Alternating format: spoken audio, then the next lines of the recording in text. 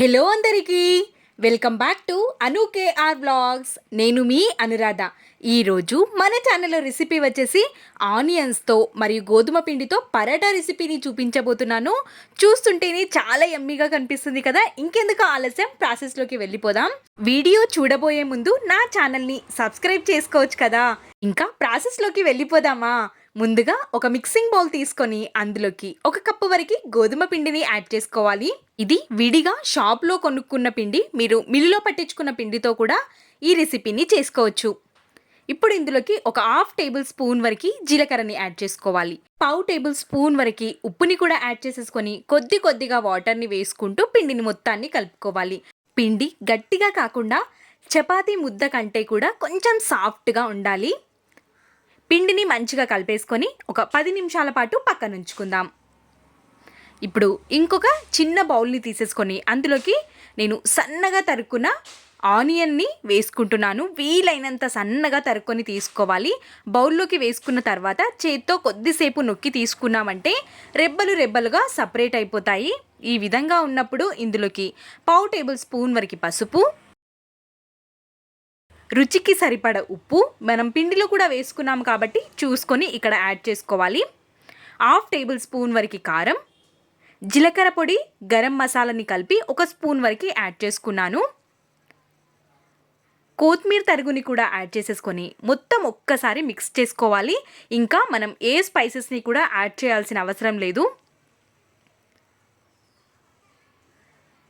మొత్తం ఒక్కసారి మిక్స్ చేసేసుకొని కొద్దిసేపటి వరకు పక్కన ఉంచుకుందాం.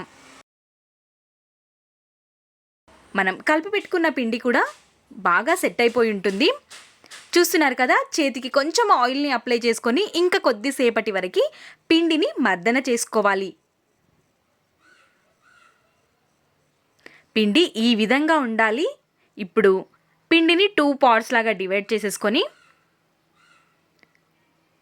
ఇంకా మనం చపాతీలాగా చేసుకోవాలి. పొడిపిండి సహాయంతో పొడిపిండి ఎక్కువగా వేసుకొని చేసుకోవాలి. ఎక్కడ అతుక్కపోకుండా ఉంటుంది.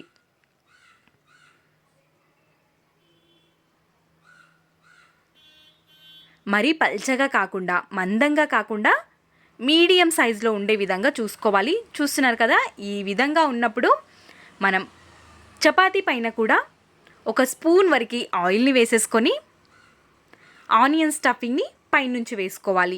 స్పైసెస్ అన్నీ చపాతీకి పట్టే విధంగా ఈవెన్గా స్ప్రెడ్ చేసుకోవాలి. స్ప్రెడ్ చేసుకున్న తర్వాత చపాతీని రోల్ చేసుకోవాలి.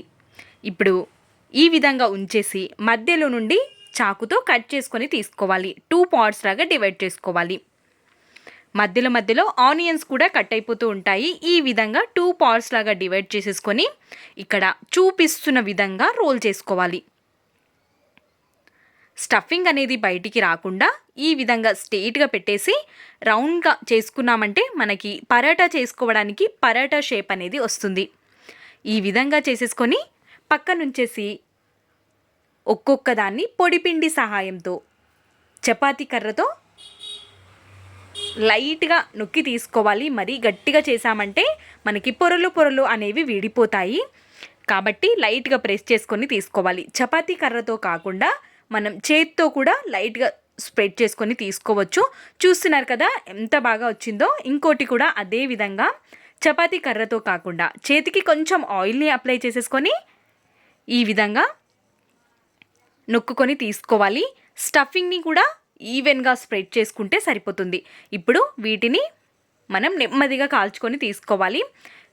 స్టవ్ పైకి ప్యాన్ పెట్టేసుకొని ఒక 2 టేబుల్ స్పూన్ల వరకు ఆయిల్ యాడ్ చేసుకోవాలి.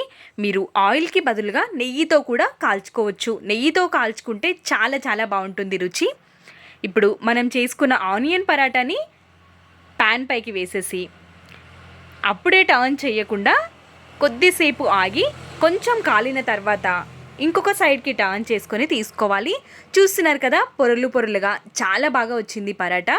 స్టవ్ ఫ్లేమ్ అనేది మీడియంలో పెట్టుకొని కాల్చుకుంటే లోపల వరకు కాలుతుంది. లేదంటే పైనకి పొగలు కనిపిస్తాయి కానీ లోపల మాత్రం కుక్ అవ్వదు. ఈ విధంగా అన్నిటినీ కూడా ఇదే విధంగా కాల్చుకొని తీసుకోవాలి. ఇంకో దాన్ని కూడా కాల్చుకొని చూద్దాం. ఇంకొక స్పూన్ వరకు ఆయిల్‌ని వేసేసుకొని పరాటాని వేసి మంచిగా కాల్చుకోవాలి. ఇంకో సైడ్ కూడా ఒక 2 డ్రాప్‌ల వరకు ఆయిల్‌ని వేసి కాల్చుకొని తీసుకుంటే సరిపోతుంది. చాలా చాలా బావుంటుంది. ఈ హెల్తీ రెసిపీ మీకు నచ్చినట్టయితే లైక్, షేర్ అండ్ సబ్స్క్రైబ్ చేయడం అస్సలు మర్చిపోవద్దు.